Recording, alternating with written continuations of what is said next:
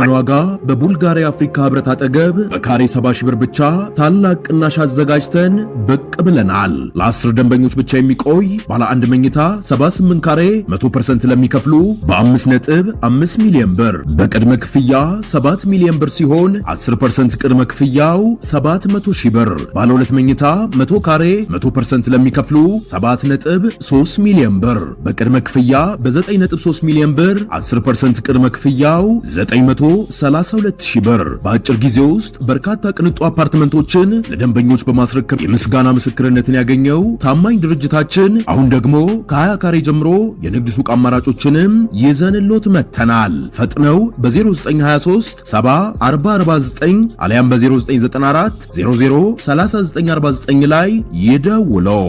ሰመር ሪል ስቴት።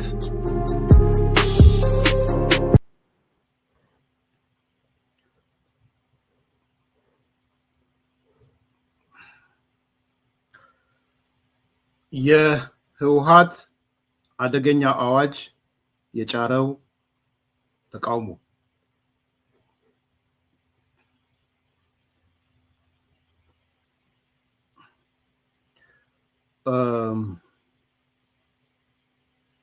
እንግዲህ ዛሬ ከመግባቴም በፊት ትላንትና ጀምሮ በርካታ ሚዲያዎች እየተከታተልኩ ነበርና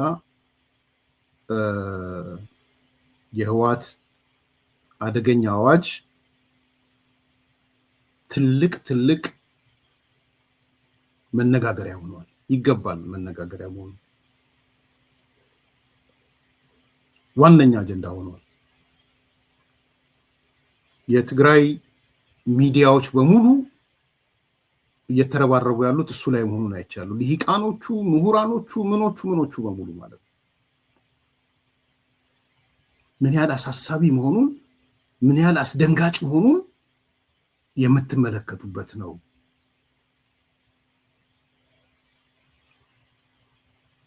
እኔ ብዙ አልገረመኝም። ከመነሻ ልንገራችሁ።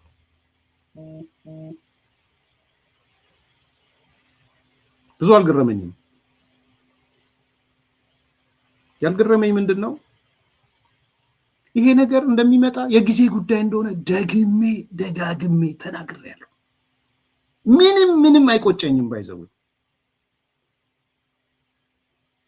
እየተሰደብኩ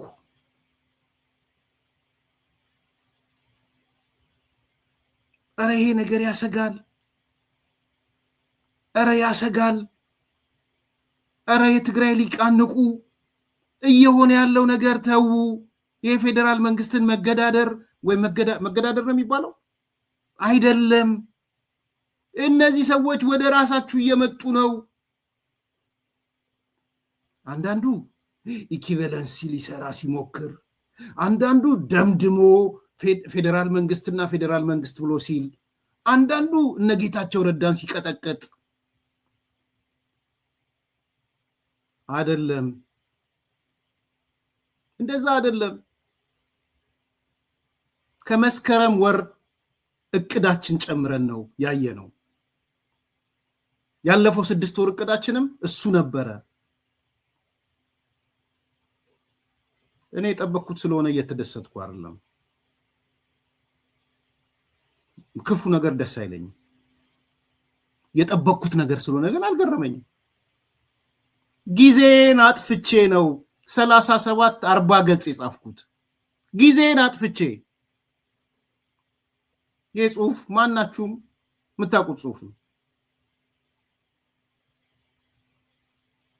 37 ገጽ ጽሁፍ ነው። እዚህ ላይ ይፋ የሆነው በጥር 2018 የካቲት፣ መጋቢት፣ ሚያዝያ፣ ግንቦት፣ ሰኔ 6 ወር ነው።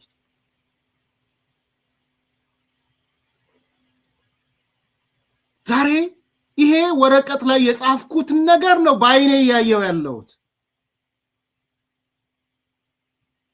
ከስብሃት ዶክትሪን ወደ ሽብርተኛ ከፊል መንግስት እየሄዱ ነው። ከፊል ሽብርተኛ መንግስት ማለት ይሄ ማለት ነው። ሴሚ ቴሮሪስት ስቴት የሚል ራፓፖርት የሚባል ጸሐፊ ተመራማሪ በዓለም ደረጃ ታዋቂ ሰው የጻፈው ነው። ምስጋና አሁን ዛሬ ልናገር ለዶክተር ታደሰ ብሩ የሽብርተኛ ከፊል መንግስት የራፓፖርትን መጽሐፍ ላከልኝ። ዛሬ ልናገረው አዲስ አበባ ስላለ ዶክተር ታደሰ አመሰግናለሁ። በአንድ ወቅት ነው ላከልኝ፣ አሁን አይደለም።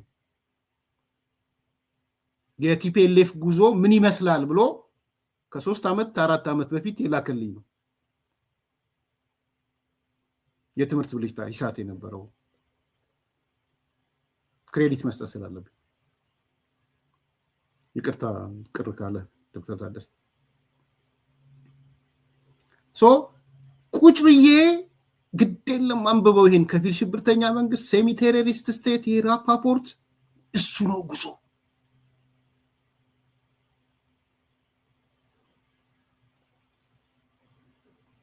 ከዛስ እሱ ብቻ አይደለም። እነዚህ ሰዎች ከስብሃት ዶክትሪን ወደ ሽብርተኛ ከፊል መንግስት ብቻ ሳይሆን የሚሄዱት ከሽብርተኛ ከፊል መንግስትም ወደ ኤርትራናይዜሽን ኦፍ ትግራይ ነው የሚሉት። እየመጣ ነው ኤርትራናይዜሽን ኦፍ ትግራይ። ኢቲቪ ላይ ቀርቤ ነው ኤርትራናይዜሽን ኦፍ ትግራይ ነው የተወያየ 37 ገጽ። ማንም ይሄን አላረገም። አንዳንዶች ክሬዲት ሊወስዱ መብታቸው ነው። እኔ ብዙ ችግር የለብኝም በሱ። ምክንያቱም ሌላው በአንድ በኩል በትግራይ ሊቁ ጋር ብቻውን ቲፒኤልኤፍን ተጠያቂ ማድረግ ፈራ። ስለፈራ እንደውም የሚሻለው ፌዴራል መንግስትን ተጠያቂ ባረግ ነው። ሚዲያ ሄዳችሁ ሚዲያ ሞኒተር አድርጉ። ያለፉትን 9-10 ወራት ሚዲያ ሞኒተር አድርጉ። ዛሬ የምንነጋገረው የትግራይ ሚዲያዎች ጋር ሄዱ፣ የብሔርተኞች ሚዲያ ዛሬ የምንነጋገረው ስለ ትግራይ ምናምን ይሉና 75% ንግግራቸው የፌዴራል መንግስቱ የፈጠረው ጫና እያሉ ምናልባትም ይሄ ማዋጅ የፌዴራል መንግስቱ ነው ሊሉ ይችላሉ። አሁን ሳያቸው አይደለም ተው። አንዳንዱ ደግሞ ስብስብ ቢያደርግና ለነጌታቸው ረዳ ለነጻድቃን እነዚህ ካዲዎች እነዚህ ምናምኖች ምናምን ኧረ ተው አይደለም፣ እንደሱ አይደለም። አንዳንዱ ደግሞ እንዴ ትላንትና የኢትዮጵያ መንግስት ከኢሳያስ ጋር ሲቀናጅ ከሻቢያ ጋር ሲቀናጅ ያመጣውን ውጤት አይተን የለ እንዴ? ስለዚህ እኛ ስንቀናጅ ነው እንዴ ኤርሚያስ ጭራ የሚቆልፉት የሚያብዱት?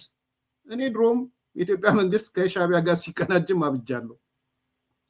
ድሮም ማበድ ከሆነ ሻቢያና የኢትዮጵያ መንግስት ሊቀላቀሉ አብረው ሊሰሩ አይገባም ብዬ ከጦርነቱ ጊዜ ተናድጃለሁ። በዛ ዘመቻም ተከፍቶብኛል። ሰው ዛሬ ትላንትና have a moral value ትላንትና የኢትዮጵያ መንግስት ተገዶ ነው ተገዶ አይደለም፣ እሱ ዝርዝር ታሪክ ስለሆነ እዚህ ማስታወሻም ላይ ታገኙታላችሁ። ሻቢያ የገባበት መንገድ ሲጠብቅ ኖሮ እልል በቅምጤ ብዬ ነው የጻፍኩት። እንደውም እልል በቅምጤ የሆነለት ኢኒሻል ሲተኮስ ሰሜን ዕዝን ሲመታ ሰተት ብሎ ገባ ሻቢያ። ይሄ ነው እውነታው ታሪክ። ስለዚህ ትላንትና የፌዴራል መንግስቱ ከሻቢያ ጋር ሲሰራ እንደሰራ ሁሉ ዛሬም እኛ ከሻቢያ ጋር ብንሰራ ምን አለ? ይሄ ውጤቱን አያችሁት። የት ነው የምትሄዱት? ዛሬ ቅጥል ርርድብን እያሉ የሚናገሩ ሰዎች እያየው ነው። ዛሬ የብደት ነው ምናምን ነው እነዚህ ሰዎች። ኧረ ተው። ምን ነው በእንቁላሉ ጊዜ በቀጣሽኝ የሚባለው እሱ። ጀግናው ፋኖ ጀግናው ምናምን ሲሉ ከረሙ። ጀግናው ፋኖ አይደለም። ጀግናው ፋኖ ሳይሆን ሄደ መቀሌ ውስጥ ያለውን ሰዎች ያያቸው ብታይ ይሻላል። እዚህ አማራን አታቃጥል፣ የአማራን የእሳት ሜዳ አታርገው። አማራን የሚያደርገውም ብልጽግና ነው ምናምን። እሺ አሁንስ ትግራይ ውስጥ ያለው ነገር የብልጽግና ውጤት ነው? አንዳንዶቻችሁ ብላችሁ እንደምትሉ አውቃለሁ። አሁን ብልጽግና በፈጠረው ጫና የወጣ አዋጅ ልትሉ ትችል እንደምትችሉ ገምታለሁ። ካየሁት ነገር ተነስቼ ከምሰማ ከድሮ ባህሪያችሁ ተነስቼ ይህ እኮ አዋጅ የወጣው ብልጽግና በፈጠረው ጫና ነው ሁሉ ልትሉ ትችላላችሁ።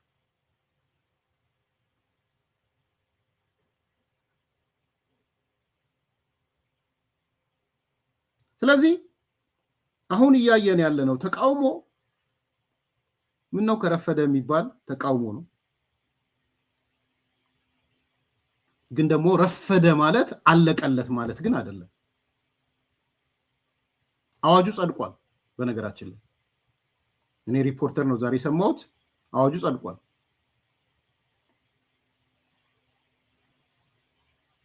ወደ ኋላ የሚቀለበስም አይመስለኝም።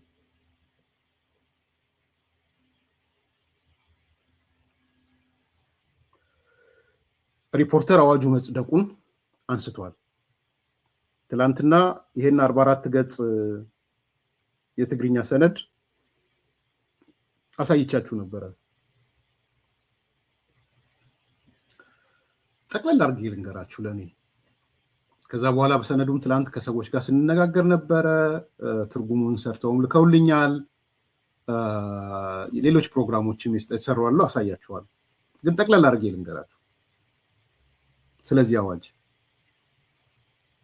በደንብ አደም 1 2 3 እያልኩ እናገራለሁ። እነ ሳሚ እነ በሻ ጻፉት። አንደኛ ስለ አንደኛ እያላችሁ ቢያንስ 10 ፖይንት ነግራችኋለሁ።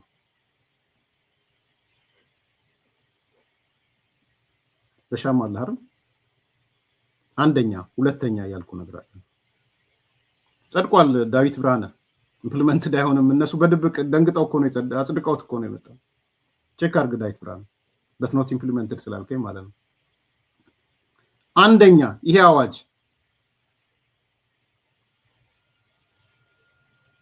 ተጋሩን ብቻ አይደለም ከተጋሩ ውጪ ያላችሁ በሙሉ ማሰብ አትችሉም።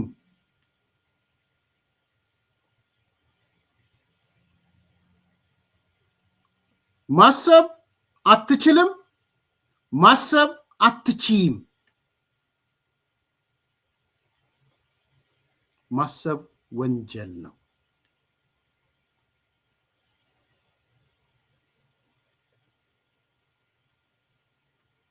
ሁለተኛ መናገር አትችልም፣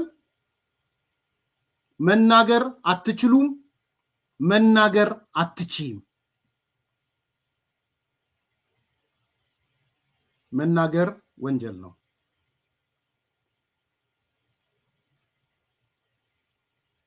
ተጋሩ ብቻ አይደለም፣ ተጋሩ የሆነ ያልሆነ።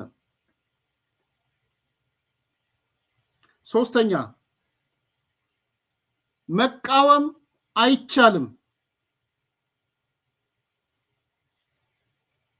መቃወም አትችልም፣ መቃወም አትችይም።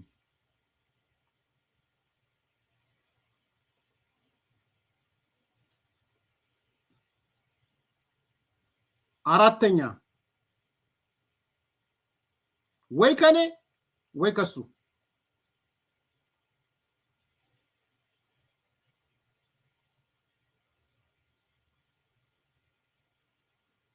ወይ ወዳጅ ነህ ወይ ጠላት ነህ። there is no middle space። መሃል ላይ ቦታ የለም። ትልቁ ግራጫ ቦታ የለም። ወይ ጥቁር ነህ ወይ ነጭ ነህ። ወይ ቅዱስ ነህ ወይ ኃጢአተኛ ነህ።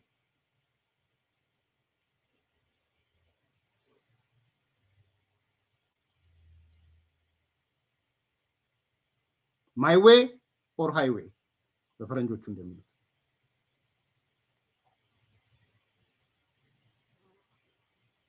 ጠላት ሌላው በሙሉ የኔን ሐሳብ የማይደግፍ በሙሉ ጠላት ነው።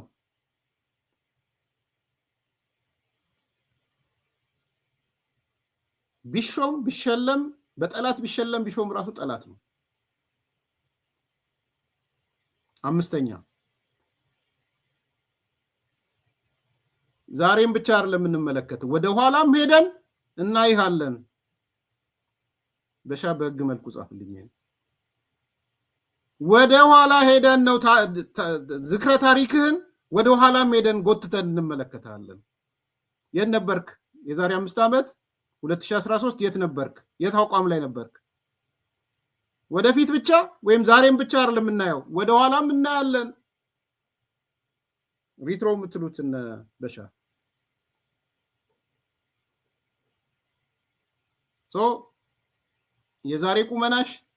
የዛሬ ቁመናህ ብቻ አያድንህም። ትላንት ይዘኸው የነበረ ቁመናም ይመረመራል።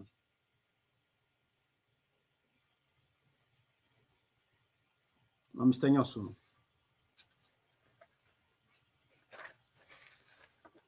ስድስተኛ የትም ኑር ይመለከታል።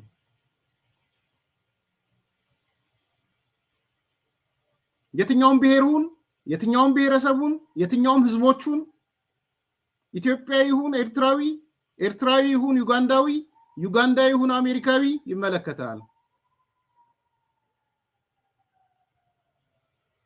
የትም ኑር፣ ዲያስፖራ ኖርክ ይመለከታል። ዲያስፖራ ዞሬ አመልጣለሁ የሚባል ነገር የለም። ዲያስፖራ ሆኜ ልናገር ብትል፣ ልቃወም ብትል፣ ላስብ ብትል በዲያስፖራ ጋር ለምትተዳደረው በእኔ አዋጅ ነው የምትተዳደረው። የትም ኑር የትም፣ በተለይ ተጋሩ አውሮፓ ኑር አፍሪካ ኑር አሜሪካ ይመለከታል።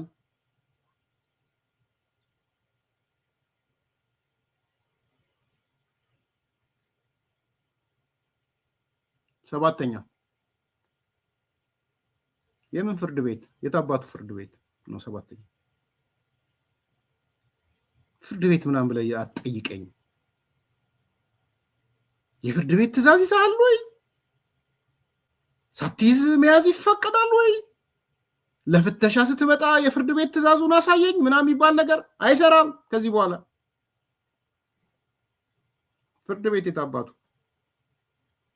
የተባለው ሰባተኛ ፍርድ ቤት የታባቱ በሻ ዛሬ ፍርድ ቤት ተሰቅሎ ነው ያለው። በገመድ ነው የተሰቀለው ትግራይ።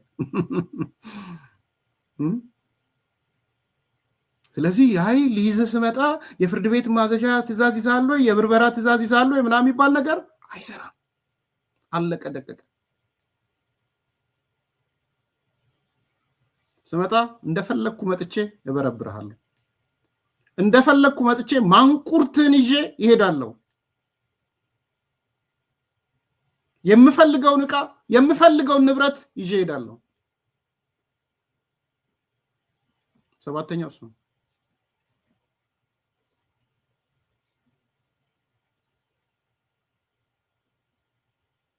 ስምንተኛ ለምን 7 አይሞትብሽም? ለእናት ባስበው ደስ ይለኛል። ለምን 3 አይሞትብሽም? 3 ሞቶብሻል፣ ግን አንድ ልጅ አለሽ፣ ታመጫታለሽ አንዱ ነው። 7 ልጆች አሉሽ፣ 4 ሞተውብሻል እና 3ቱ ለአቅመ ጦርነት ደርሰዋል። 3ቱንም ታመጫለሽ።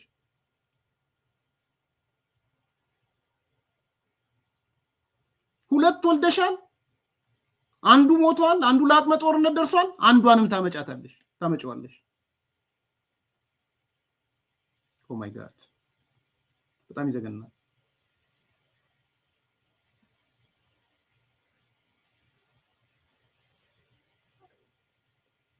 ብቻ ለአቅመ ጦርነት ለሚሉት ይድረስ እንጂ 3 ሞቶብኛል 4 ሞቶብኛል የሚባል ነገር የለም።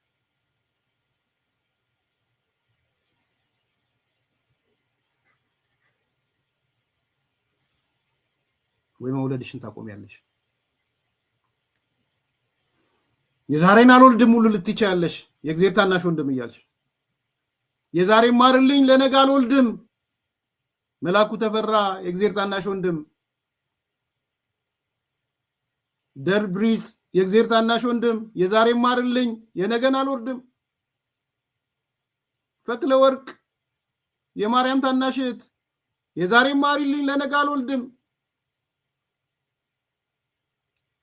መዲድ የእግዚአብሔር ታናሽ ወንድም የዛሬ ማርሊ ለነገ አልወልድም። የመዲድ ልጆች የት ነው ያሉት? የፍስሐ መንግስት ልጆች የት ነው ያሉት? የምግበይ ልጆች የት ነው ያሉት? ሚስቱ የት ነው ያለችው?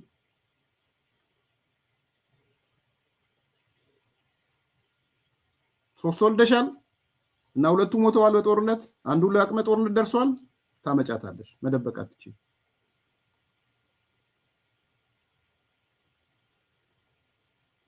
ዘጠነኛ የፌደራል መንግስት ዞር በል ነው። ዘጠነኛ ዞር በል ምን አገባህ? ተቋም ምናምን ተጠያቂነት ምናምን ህገ መንግስት እንደሱ የሚባል ነገር የለም። ለምሳሌ የሚዲያ ፍቃድ የሚሰጥ ተቋም የሚከለክል ተቋም እንገነባለን። በአገሪቱ ህግ የሚዲያ ተቋም የሚሰጥና የሚከለክል ፌደራል መንግስት ነው። ምን አገባችሁ? ከዚህ በኋላ ፍቃድ የምንሰጠው የምንከለክለው ሚዲያ እኛ ነን። ባይዘዌ ኢንተርኔት ቻናሉን ምኑን ኔትወርኩን የሚጠቀሙት እኮ ኢትዮጵያ ነው። የአዲስ አበባ ነው። ኢትዮጵያ ትግራይም ኢትዮጵያ ናት።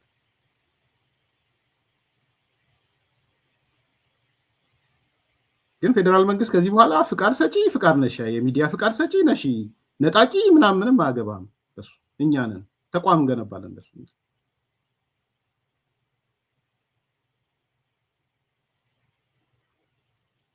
አስረኛ የስልጣን ምንጫችን ናፖሊዮን እና ቡድኑን መናገር አይቻልም። ትናገሩና ወየውላችሁ። ናፖሊዮን ደብረጽዮን ነው። የናፖሊዮን የሚያደርገውን ትግል የሚቀሰቅሰውን ቅስቀሳ፣ ናፖሊዮን የሚወስደውን ውሳኔ እቃወማለሁ ብትል እስከ 15 ዓመት ትታሰራለህ። ናፖሊዮን አለ ኤንድ እያንዳንዱ ግድግዳ ላይ ቢግ ብራዘር አለ watching you. The big brother is watching you.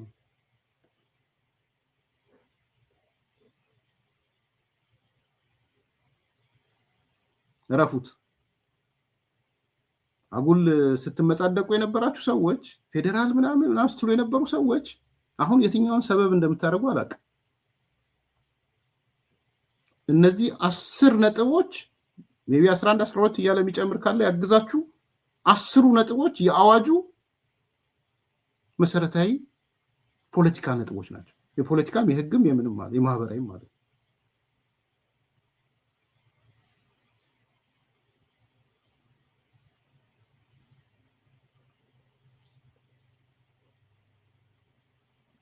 ይሄ ነው። ሳምራይዝ ዳርግልን 10 ነጥቦች። አንደኛ ማሰብ አትችልም አትችይም። ሁለተኛ መናገር አትችልም አትችይም። ሶስተኛ መቃወም አትችልም አትችይም። አራተኛ ወይኔ ወይሱ፣ ወይ ጠላት ወይ ወዳጅ፣ ማይ ሃይዌይ ኦር ማይ ዌይ ኦር ሃይዌይ። ወደ ኋላ ሄደን እንፈትሻለን። ስድስተኛ የቱም ኑር የትም አታመልጠኝም፣ ይመለከታል። ሰባተኛ ፍርድ ቤት የታባቱ። ስምንተኛ ለምን 7 አይሞትብሽም? 8ኛ ልጅ ካለሽ ታመጫታለሽ ለጦርነት ከደረሰ። ለምን 2 ልጅ አይኖርሽም? አንዱ ከሞተብሽ በጦርነቱ አሁንም አንዱን ታመጫለሽ። 9ኛ ፌደራል መንግስት ምናምን አንጃ ግራንጃ የሚባል ነገር የለም። የራሳችንን ተቋም እናደራጃለን። ሚዲያን ሰጥ የሚፈቅድ የሚከለክል። 10ኛ ናፖሊዮን መናገር ናፖሊዮን እስከ 15 ዓመት ያሳስራል። ይሄ ነው በቃ በአጠቃላይ የታወጀው አዋጅ ይሄ ነው። አሁን አንቀጽ ይሄ እንዲላል አንቀጽ ይሄ እናይልም እንደዚህ ምናምን እንለው ነገር አይደለም።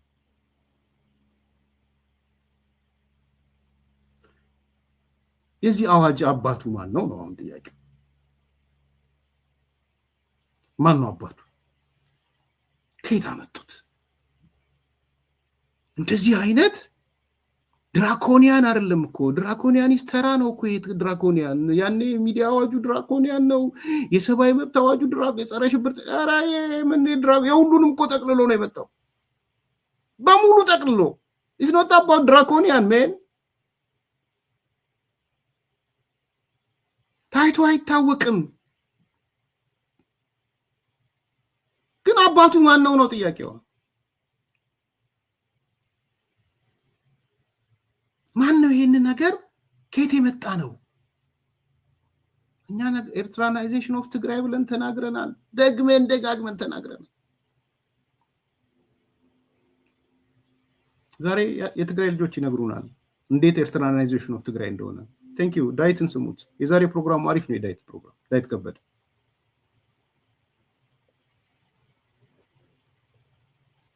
እና ይህ አዋጅ የተቀዳበት የኤርትራ አዋጅ ነው የተቀዳው ብያቸዋለሁ።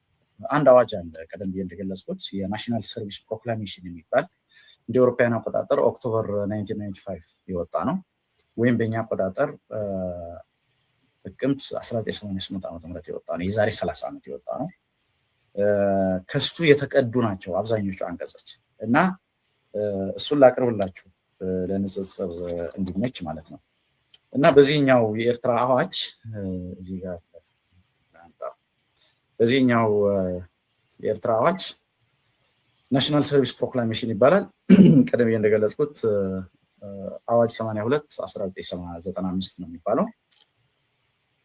እዚህ ጋር ማንም ዜጋ ከ18 እስከ 40 እድሜ ላይ የሚገኝ ማንም ኤርትራዊ ዜጋ ብሔራዊ አገልግሎት ላይ መሳተፍ ግዴታው ነው ይላል።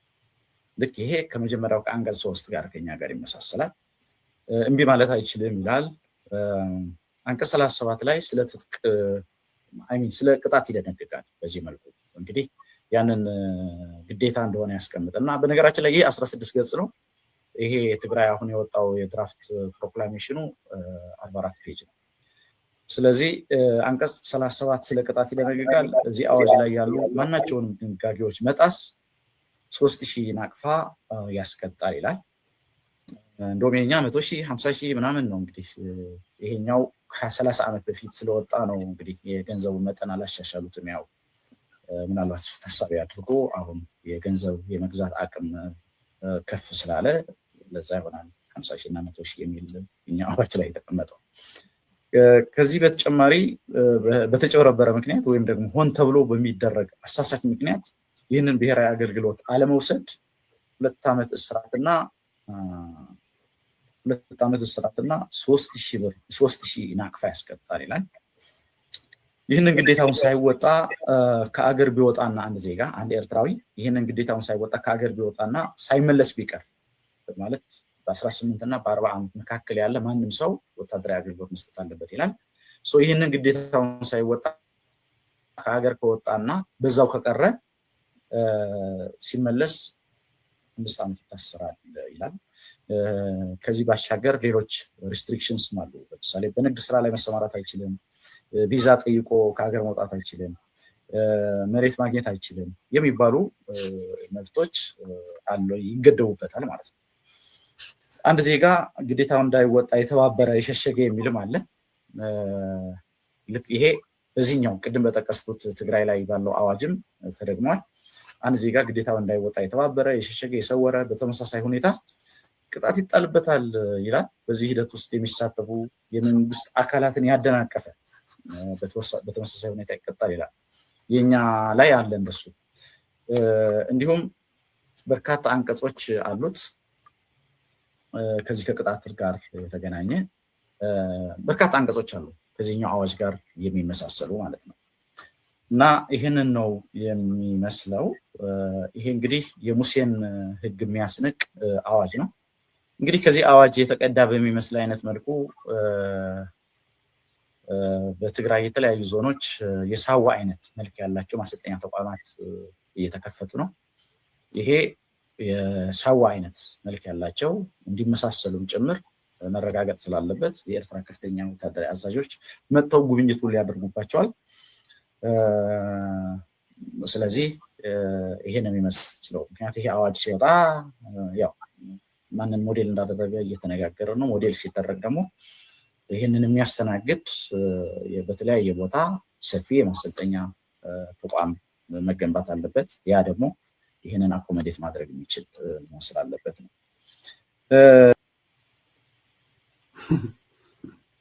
ቴንኪው ዳዊት ከበደ፣ በጣም ነው የማመሰግነው። ጎልጉለ ስላመጣልንም አዳምጡት ሂዱና የዛሬው አሪፍ ፕሮግራም ነው የሰራው ዳዊት።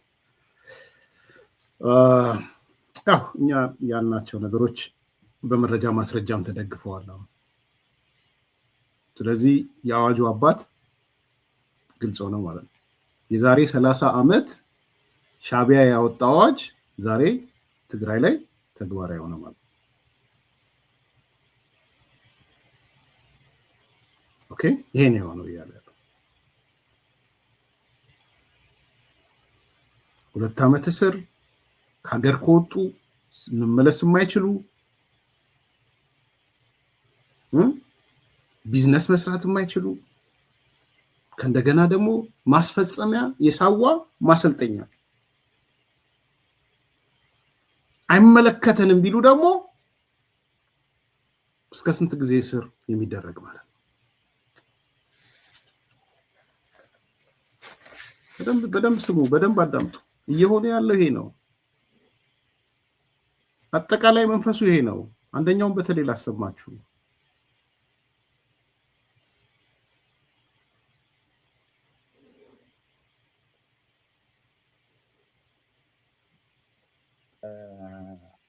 ሌላ አንቀጽ 17 መፈተን ማደናቀፍ ይላል። ይህንኑ የጦርነት እንቅስቃሴ ተገቢ አይደለም ብሎ ቀደም ብዬ እንደገለጽኩት ይህንን ማደናቀፍ ለምሳሌ ታጣቂዎቹ ወይም ሚሊሻዎቹ ወይም እነዛ በአፈሳ ተግባር ላይ የተሰማሩ አካላት መጥተው ለመውሰድ ጥረት ሲያደርጉ እነዛን ወጣቶች የደበቀ የሸሸገ እስከ 5 ዓመት ድረስ የሸሸገ ማለት ነው። የሸሸገ እስከ 5 ዓመት እስራት እስከ 50,000 ብር ቅጣት ይቀጣል ማለት ነው። ለምሳሌ አንድ እናት 3 ልጆች አሏት። 2 ልጆቿ ከዚህ በፊት በተደረጉ ጦርነቶች ተሰውተውባታል። አንድ ልጅ ነው የቀረው። ይሄንን ልጅ ልክ አፈሳ ስራ ላይ የተሰማሩ አካላት ልክ ሲመጡ ኖ አንተንም ማጣት አልፈልግም፣ ሌሎች ልጆቼን አጥቻለሁ ኦልሬዲ፣ አንተ እንድትኖርልኝ እፈልጋለሁ ብላ ብትደብቀው እቺ እናት እስከ 5 ዓመት በሚደርስ እስራትና 50,000 ብር ቅጣት ትቀጣለች ማለት ነው። እንደዛ በማድረግ ከዚህ የሰማችሁ ነው። አዲስ ኮምፓሶች ቲዮሪ አይደለም ያወራሁት። ዳዊት የተናገረውን በደንብ ስሙት። ጉድ ነው መቼም ጉድ ነው። እውነት ለመናገር በጣም ያሳዝናል፣ ያሳፍራል። ጦርነቶች ተሰውተውባታል። አንድ ልጅ ነው የቀረው። ጥረት ሲያደርጉ እነዛን ወጣቶች የደበቀ የሸሸገ እስከ 5 ዓመት ድረስ የሸሸገ ማለት ነው። የሸሸገ እስከ 5 ዓመት እስራት እስከ 50,000 ብር ቅጣት ይቀጣል ማለት ነው። ለምሳሌ አንድ እናት 3 ልጆች አሏት። 2 ልጆቿ ከዚህ በፊት በተደረጉ ጦርነቶች ተሰውተውባታል። አንድ ልጅ ነው የቀረው። ይሄንን ልጅ ልክ አፈሳ ስራ ላይ የተሰማሩ አካላት ልክ ሲመጡ ኖ አንተንም ማጣት አልፈልግም፣ ሌሎች ልጆቼን አጥቻለሁ ኦልሬዲ፣ አንተ እንድትኖርልኝ እፈልጋለሁ ብላ ብትደብቀው እቺ እናት እስከ 5 ዓመት በሚደርስ እስራትና 50,000 ብር ቅጣት ትቀጣለች ማለት ነው። እንደዛ በማድረግ መላኩ ተፈራ የእግዚአብሔር ታናሽ ወንድም የዛሬን ማርልኝ የነገን አልወልድም። መላኩ ተፈራ በዛ ልክ ነበሩ አልነበሩም አላውቅም፣ የዛ ዘመን ሰው ስላልሆንኩኝ። የዚህ ዘመን ሰው ግን ነኝ እኔ። እዚህ ያለነው የዚህ ዘመን ሰዎች ነን። ደብረ ጽዮን ደብሪዝ የእግዚአብሔር ታናሽ ወንድም የዛሬን ማርልኝ የነገን አልወልድም። ዛሬ ዳዊት የነገረን እሱ ነው።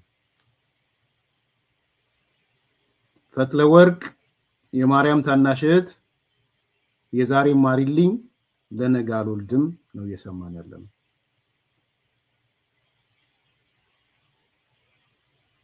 ምግበይ የእግዚአብሔር ታናሽ ወንድም የዛሬን ማርልኝ ለነገ አልወልድም ነው እየሰማን ያለነው።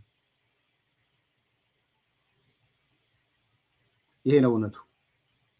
ቢመርህም ደስ ቢልህም ዋጠው። ይሄ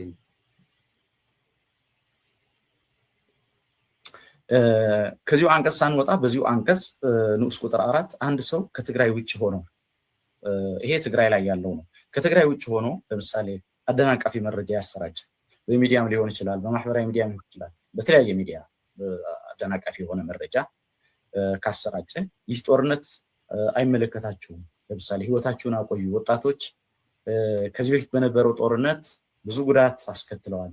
ብዙ የህይወት መስዋዕትነት፣ ብዙ የአካል ጉዳት፣ ብዙ የንብረት ውድመት አስከትለዋል ከዚህ በፊት የነበረው ጦርነት እና ብትኖሩ ነው የሚሻለው፣ ይህ ጦርነት አይመለከታችሁም ብሎ አንድ ሰው ቢናገር ወይ በሚዲያ ወይ በማህበራዊ ሚዲያ በተለያየ መንገድ እንደዚህ አይነት ቅስቀሳ ካደረገ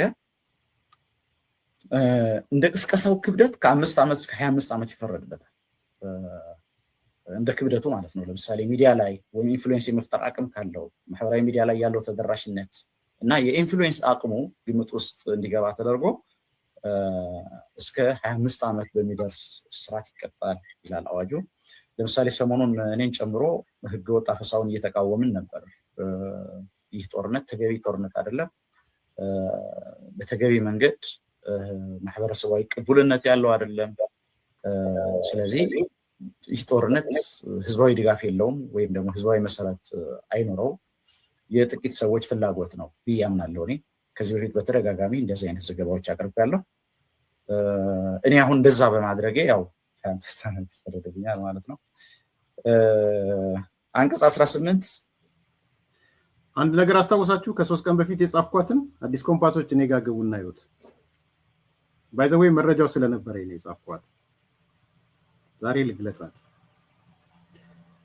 ከ3 ቀን በፊት ዳዊት ከበደና አሉላ ውይይት ያደርጉ ነበረ እና እኔ ዝግጅት እያደረኩ ነው ቀጥታ ስርጭታቸውን ያየሁት። እንደዚህ አይነት መረጃዎች ግን ነበሩኝ ይሄ አዋጅ እንደሚወጣ እና እዛ ጽሁፌ ላይ አይታችሁ ከሆነ አንድ ነገር ብቻ ነው የጻፍኩት። ሄዳችሁ ይታው ነው አጭር ውይይታቸው ግብረ መልስ ሌላ ጊዜ ይመለስበታለሁ። ነገር ግን አልኩና ነገር ግን ዳዊት ከበደና አሉላ ሰለሞን ይሄን ውይይት ዳዊት መቀሌ ትግራይ ተቀምጦ ማድረግ ይችላሉ ወይ ብዬ ነው ያለፍኳት። ኢትዮጵያ ይታታል። የትላንት ወዲያውን ውይይት ሆስት ያደረገው ዳዊት መቀሌ ተቀምጦ አድዋ ተቀምጦ አዲግራት ተቀምጦ ወይም የሆነ የትግራይ ቦታ ላይ ተቀምጦ ማናገር ይችላል ያሉላን። አያችሁ ውጭ ሀገር ያለ ሰው እንኳን መናገር የሚችልበት ስቴጅ አይደለም ማለት። አሁን ግን ምን ሆኗል መሰላችሁ? በጣም እንዳትሸወዱ።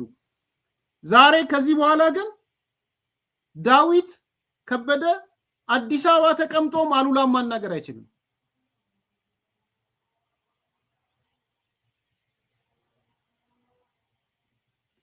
ቦታ አይወስነውም። አሁን አዲስ አበባ ተቀመጥክ፣ አዋሳ ተቀመጥክ፣ አሜሪካ ተቀመጥክ አይወስነውም። ከዚህ በኋላ ዳዊት አዲስ አበባን ቢቀመጥ አዲስ አበባ ተቀምጦ አሜሪካ፣ አውሮፓ ያለ ሰው ተቃውሞ ያለውን ሰው ማስተናገድ አይችልም።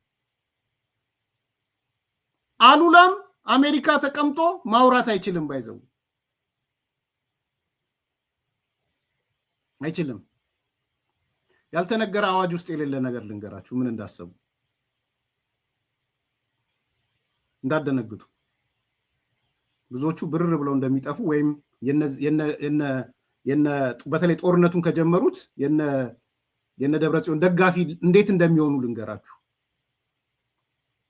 አሉላ እናት፣ አባት፣ እህት፣ ወንድም፣ አጎት፣ አክስት ኖሮት ትግራይ የሚኖር ከአሉላ ጋር ኮሚኒኬት የሚያደርግ ከሆነ አሉላን ባያገኙት እናቱን ያስሯታል። ይሄ ህጉ ላይ የለም፣ የወሰኑት ነው። ግን እሱ ኤርትራ ውስጥ እየተደረገ ስለሆነ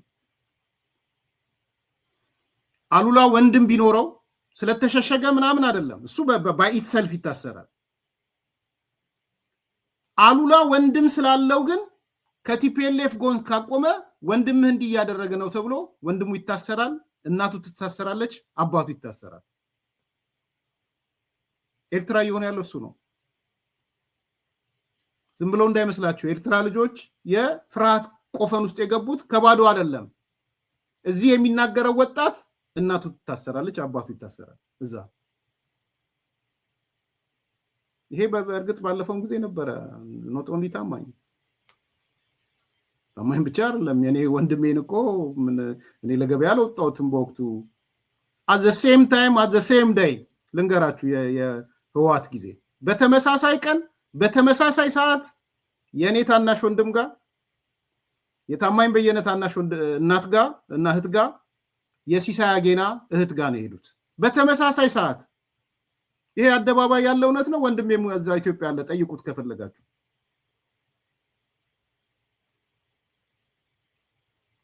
የጌታቸው አሰፋ ትእዛዝ አስተላለፈ። የኤርሚያስ ወንድም ጋር ሂዱ፣ የታማኝ በየነ እናት ጋር ሂዱ፣ የሲሳይ አጌና እህት ወይ ምናምን ጋር ሂዱ ተባለ።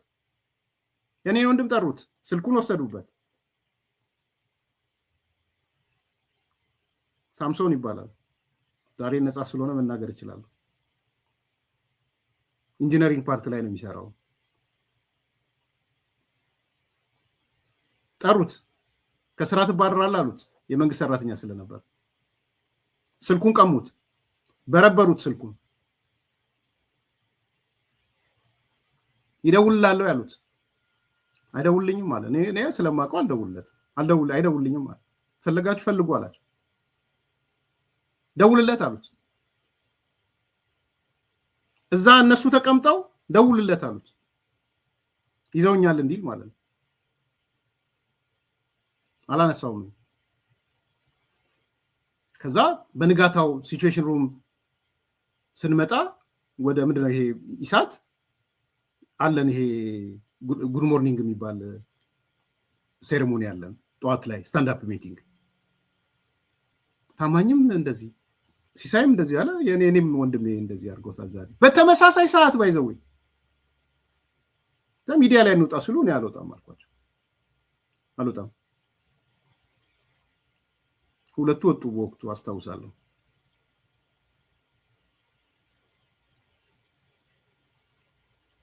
እኔ ራሴ ምክንያት ነኝ ወጣንላቸው ማለት የዛን የነበረን ጀስቲፊኬሽን እንዳመመን እያሳያችናቸው ነው የሚል ምክንያት ስለነበረኝ። ከዛ በኋላ ኤቭሪ ዊክ ሰኞ ጠዋት ሪፖርት ያደርግ ነበረ ወንድሜ፣ ታናሽ ወንድሜ የወረዳው ደህንነት ጽህፈት ቤት እየሄደ ኤቭሪ ዊክ መንደይ ሪፖርት ያደርጋል። ደውሎላል አልደወለልህም፣ ስልክህን አምጣ፣ ያየዋል። ይሄ እውነት ነው፣ የለመዱት ነው። ፋክት ቼክ ማድረግ ከፈለጋችሁ ፋይንድ ማይ ብራዘር ሂዱ፣ ወይራ ሰፈር ሂዱና ጠይቁት። ሶ ይሄ ፕራክቲስ አሁን ደሆል ሆነ ማለት ነው። ይሄ ነው እየመጣ ያለው።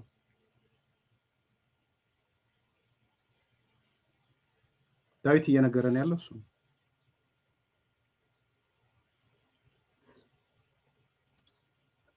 የትግሉን ክብር ማሳነስ፣ የተከፈለውን የመስዋዕትነት ዋጋ ማጣጣል፣ ማሳነስ የሚል አለ።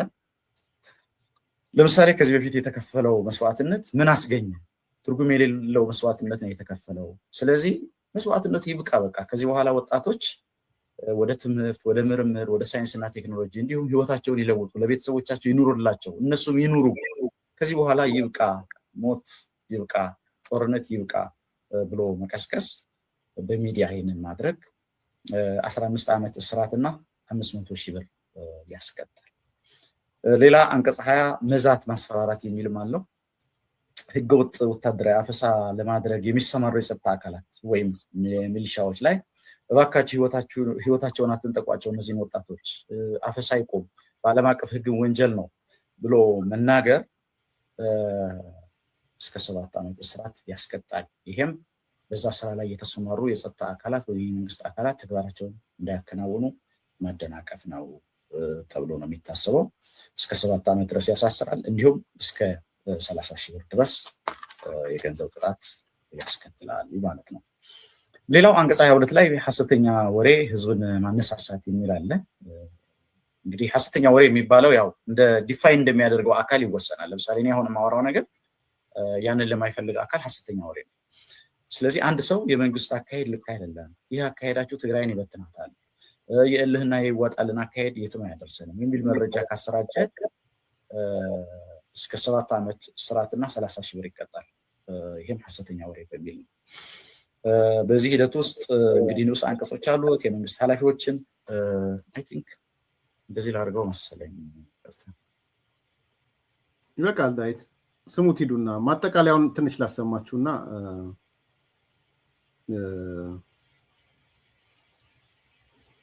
ማጠቃለያውን ላሰማችሁ ሲጀምረው ነው ሲጀምረው ማጠቃለያ ተመልካቾች ዛሬ 3 አንኳር ጉዳዮች ናቸው የሚኖሩን ለትንታኔ የመረጥናቸው እነዚህ 3 አንኳር ጉዳዮች አንደኛው እንግዲህ ይሄ የአጥፍቶ ጠፊ አይነት መልክ ያለው የነ ዶክተር ደብረጽዮን መርዛማ ሰይፍ ወይም ደግሞ የሙሴን ሕግ የሚያስንቅ ብለን የገለጽነው መረጃ የሚመለከት ነው።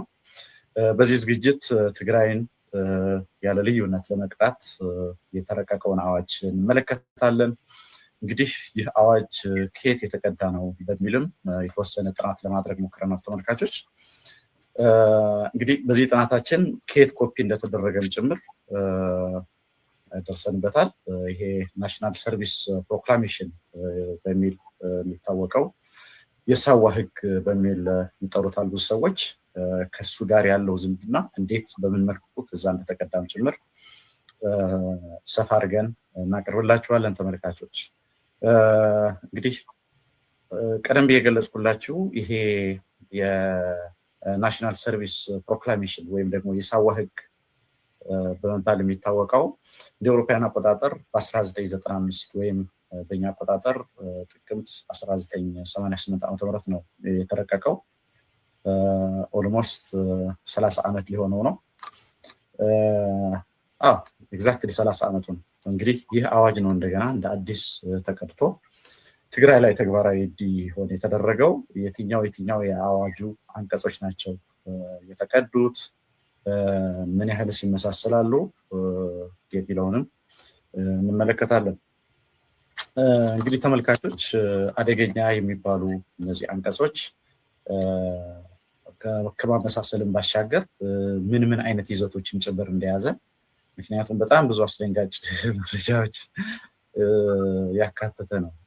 በተለይ የመገናኛ ብዙሃን ባለሙያዎች፣ ማህበረሰብ አንቂዎች፣ በአጠቃላይ ትግራይ ላይ ጥያቄ የሚያቀርብ ሰው ወይም ደግሞ ይህ አካሄድ ተገቢ አይደለም የሚል ሰው ያለ ልዩነት የሚቀጣ አዋጅ ነው።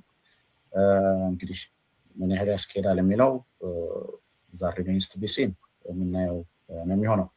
ሁለተኛው ነጥብ ከዚህ አዋጅ የሚቀዳ በሚመስል መልኩ የሳዋ አይነት ማሰልጠኛ ማዕከላት በተመሳሳይ ፎርማት በትግራይ የተለያዩ ዞኖች እየተቋቋሙ ነው።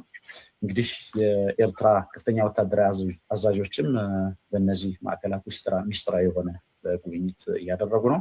ምን ያህል የሳዋን መልክ አላቸው፣ ምን ያህል የማሰልጠኛ ተቋም አወቃቀር የሚሆን ኢንፍራስትራክቸሩ ምን ያህል ይመሳሰላል ከሳዋ ጋር በሚል ነው እነዚህ ወታደራዊ አዛዦች ጉብኝት ያደረጉባቸው።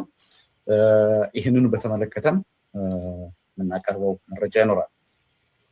ተመልካቾች በሶስተኛ ደረጃ ሳመሪ መግቢያውን እንደ ሳመሪ ወስጀው ነው ማጠቃለያ ይሄ ነው የሆነው። በቃ ምን ብዙ የምናገረው ነገር ተጠብቃላችሁ። ሰሞን 8 ወር 9 ወር የጮኩት ነበር ኤርትራናይዜሽን ኦፍ ትግራይ ብዬ ስጮህ የነበረው ነው። እንደው ብጨምርበት እንደውም ስለሚል ነው። አሁን ሙሉ ሽብርተኛ መንግስት የሚባል መጣ ማለት ነው። አሁን ከፊል ሽብርተኛ መንግስት አይደለም፣ ሙሉ ነው የሆነው። ራሱ መንግስት ሽብርተኛ ሆኖ መጣ። ይሄ መንግስትን የወሰደው በህገወጥ መልኩ የወሰደው አካል ማለት ነው፣ መፈንቅለ መንግስት ያደረገው ማለት ነው። ከዛ በኋላ ሊሆን የሚችለው ኤርትራናይዜሽን ኦፍ ትግራይ ነው። እዚህ ውስጥ ብዙ ጊዜ ኢትዮጵያ ማንሳ ሌሎቻችሁ ማስተዋል እኔ የትግራይ ህዝብ እስከ መቼ ድረስ ነው እንደዚህ የሚሆነው ምናምን የሚል ጥያቄ ወል ሪዝናብል ጥያቄ ነው። እየሰራን ያለነው የማንቃት ስራ እኮ ለዛ ነው። ኤርትራ ልትሆኑ ነው፣ የኤርትራ ስርዓት ሊመጣ ነው፣ የኤርትራ ህዝብ እስከ መቼ ነው የሚለው ጥያቄም ልንጠይቅ የምንችልበት ስለሆነ ማለት ነው። ዝም በል ጭጭበል አትናገር ታፈን የሚል ስለሆነ ያንን ለማህበረሰቡን እያነቃ ነው። ተሻግራችሁ እዩት እየተደረገ ያለውን ነገር። የማንቃቱ ስራ የበለጠ እነዚህ ባይዘው ይሄ እኮ አዋጅ የወጣው የትግራይ ዝምቢ ስላላቸው እኮ ነው። ኢትዮጵያ እምቢ ባይላቸው ኖሮማ እንደ ድሮ እረጎራው እያለ ሊሂቁ ምኑም ጦርነት ባህላችን ነው ምናምን እያለ በየሜዳው ሰልፍ ቢወጣ ኖሮ በየስቴቶቹ በየእንትኑ ቢወጣ ኖሮማ እኮ እንዲህ አይነት አዋጅ እኮ አያስፈልግም ነበር። ይሄ አዋጅ የመጣው ህዝቡ እምቢ ስላለ ነው። የኔ ጦርነት አይደለም ስላላቸው እኮ ነው። የኔ ጦርነት ነው ቢላቸው ኖሮማ ምን አስወጣቸው ህግ? ስለዚህ የምንመለከተው እንዲህ አይነት በጣም በጣም አደገኛ በኢትዮጵያ ምድር ላይ ታይቶ ተሰምቶ የማይታወቅ አዋጅ ሲመጣ ማሰብ አትችልም የሚል አዋጅ ሲመጣ ያ ህዝብ እምቢ ስላለ ነው፣ ሌላ አይደለም። ስላመፀ ነው የያዘ። ማሰብ ወንጀል ነው፣ መናገር ወንጀል ነው፣ መቃወም ወንጀል ነው። ወይ ጠላት ነህ ወይ ወዳጅ ነህ ሰብሎ ሲባል ይሄ ህዝብ የኔ አይደለም ማለቸው። ስለዚህ የምንመለከተው ነገር የህዝብን እምቢተኝነት ነው እያየን ያለነው። ነገ የሆነች ወለቅለቅ ብትል የሆነች ነገር ወለቅለቅ ብትል ይከመርባቸዋል ይሄ ህዝብ። ጌታቸው ረዳ ወይ ሌላው አካል የጀመረው ንቅናቄ ቢጀምረው ከጀርባ ሄዶ ይከመርባቸዋል። እንትና እንዳለው ጀነራል ተፈራ እንዳለው መከላከያችን ላይ ሳይሆን የሚከመረው እነ ደብረጽዮን ላይ ነው የሚከመረው። የተቃውሞ ውጤት ነው እንዲህ አይነት ድራኮኒያን አዋጅ የምታወጣው። ህዝብ ካንተ ትላንትና የትግራይ ህዝብ ማለት ህወሓት ነው፣ ህወሓት ማለት የትግራይ ህዝብ ነው ብለው እንደሱ ቢሆን ኖሮ ምን አስወጣቸው እንደዚህ አይነት አዋጅ? የትግራይ ህዝብ ሁሉ ህወሓት ከሆነ ህወሓት ሁሉ የትግራይ ህዝብ ከሆነ ምን አስፈለገ እንዲህ አይነት አዋጅ? የትግራይ ህዝብ ከነሱ ስለተገነጠለ ነው፣ ስለተለየ ነው። በስፒድ ኦፍ ላይት ሁሌ እንደምለው አሁን እኮ በቃ ሄደ በግድ ሐሰተኛ ኢቭን መረጃ መስጠት ታመምኩ ማለት አትችል። የጤና መረጃ ምናምን የሚባል ሐኪም ሊሰጥህ አይፈልግም። እንዴት ብሎ ነው ሐኪም የሚሰጥህ? የጤና መረጃ ሞታል ብሎ ቢሰጥህ ይታሰራል የሰጠ ሰው። እንደው አንድ ማጠቃለያ ልንገራችሁ። አንድ መጽሐፍ በዚሁ ጠቁሜ ናሂሊን አንብቡት። የናትናኤል ከበደን ናሂሊ ፈልጋችሁ አንብቡት። ማስታወቂያውን እየሰራ ነው፣ እናመጣዋለን። እዛ ላይ በጣም ሁለት ፋሲኔቲንግ ስቶሪዎች አሉ፣ እውነተኛ ታሪኮች። እሱን ልንገራችሁ፣ አጭር ናት።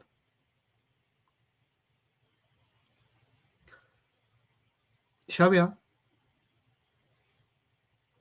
ይህን አዋጅ ያወጣው ጫካ እያለ ነበር የነበረው። ጫካ እያለ የጤና ችግር የተረጋገጠ ካልሆነ በስተቀር ማንም ሰው የትጥቅ ትግሉን የመሳተፍ ግዴታ አለበት፣ አለዛ ይረሸናል ብሎ ነው ያወጣው። ናሂሊን አንብቧት ሂዱና ናትናኤል ከበደ። ከዛ ሁለት ናቸው። ከሁለቱ ግን አንዱን ስቶሪ ብቻ ልንገራችሁ። አንደኛው ጆሮዬ አይሰማም ብሎ ሄደ ሐኪም ጋር፣ የሻዕቢያ ሐኪም ጋር። በግራ ቢያደርጉት በቀኝ ቢያደርጉት፣ በግራ ቢያደርጉት በምን ያው ጆሮ እንግዲህ ቴስት ማድረጊያው ያዳምጣል አያዳምጥም። ከዛ ክትትል ይደረግበት ተብሎ ለቀቁት፣ እዛው አካባቢ ማለት ነው። እዛ ላይ የተጻፈ እውነተኛ ታሪክ ነው የምነግራችሁ። እውነተኛ መሆኑን ናቲም ስለነገረኝ ነው። ናሂሊን ሂዱና አንብቡ። ከዛ ሰውየው ሚስት ያገባል። ከባድ ታሪክ ነው። በጣም በጣም የሚዘገንን ታሪክ ነው። ባይዘው ግን እውነተኛ ታሪክ ነው። እና ታጋይ የሚባሉት የሻዕቢያ ታጋዮች የመጡ ሚስቱን ይደፍሩበታል። ይሄ ደንቆሮ መች ይሰማል እያሉ ቀጠሮ እያያዙ ማለት።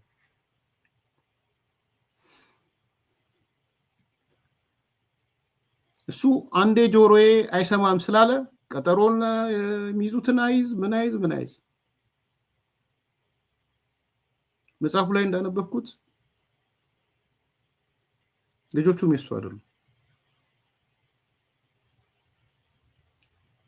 የትግሉ ሂደቱ እስካለቀ ዕለት ድረስ ሰውየው ጆሮ አይሰማም ብሎ ነው የቀጠለው እስከ መጨረሻው።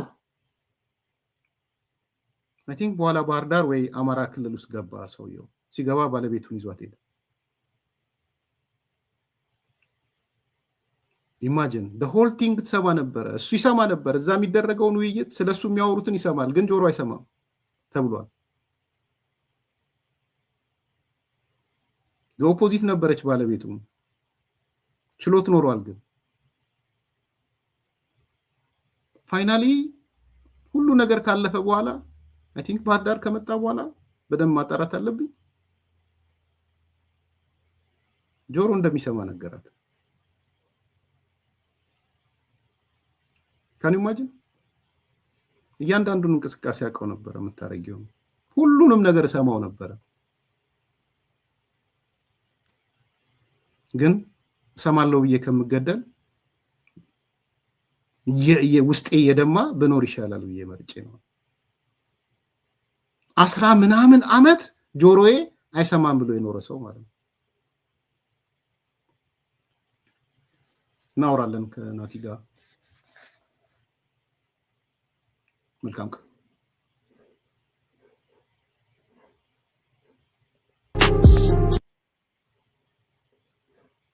በማይታመን ዋጋ በቡልጋሪያ አፍሪካ ህብረት አጠገብ በካሬ 70 ሺህ ብር ብቻ ታላቅ ቅናሽ አዘጋጅተን ብቅ ብለናል። ለ10 ደንበኞች ብቻ የሚቆይ ባለ 1 መኝታ 78 ካሬ 100% ለሚከፍሉ በ5.5 ሚሊዮን ብር በቅድመ ክፍያ 7 ሚሊዮን ብር ሲሆን 10% ቅድመ ክፍያው 700 ሺህ ብር። ባለ 2 መኝታ 100 ካሬ 100% ለሚከፍሉ 7.3 ሚሊዮን ብር በቅድመ ክፍያ በ9.3 ሚሊዮን ብር 10% ቅድመ ክፍያው 932 ሺህ ብር። በአጭር ጊዜ ውስጥ በርካታ ቅንጡ አፓርትመንቶችን ለደንበኞች በማስረከብ የምስጋና ምስክርነትን ያገኘው ታማኝ ድርጅታችን አሁን ደግሞ ከ20 ካሬ ጀምሮ የንግድ ሱቅ አማራጮችንም ይዘንሎት መተናል። ፈጥነው በ0923 70 አሊያም በ0994 003949 ላይ ይደውለው። ሰመር ሪል ስቴት